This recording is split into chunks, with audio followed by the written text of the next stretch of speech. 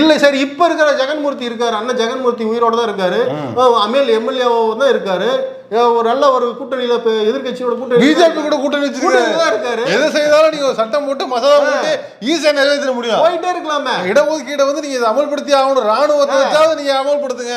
பிராமணர்களுக்கு அந்த 10% EWS இருக்குல்ல, அதுல இந்த துப்புரவு பணியில வேலை கொடுங்கன்னு சொல்லி பண்ணலாம்ல இல்லையா? சூப்பர். எல்லாம் உயர் ஜாதியில் உள்ள ஏழைகளுக்கு. அப்புறம் என்ன 33 ரூபாய் வச்சு நாங்க ஒரு வேலை சோத்துக்கு கூட கஷ்டப்பட்டு. நேற்று முந்தா நாள் கூட கார்டு வந்துச்சு, ஐயர்களுக்கு வந்து ஒரு நாளைக்கு 33 ரூபாய் சம்பளம், எனக்கு ரொம்ப கஷ்டமா இருக்குதோ அப்படின்னு சொல்லி பேசினதாக.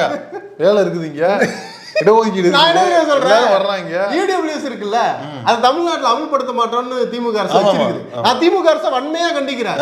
இந்த துப்புரவு பணியில EWS வந்து 10% இல்ல 30% அமல்படுத்துங்க. அது எப்படி? அதெல்லாம் 10% படுத்துங்க. ஓகேவா? 10% படுத்தினா 10% போதும். சரி 10% அமல்படுத்துங்க.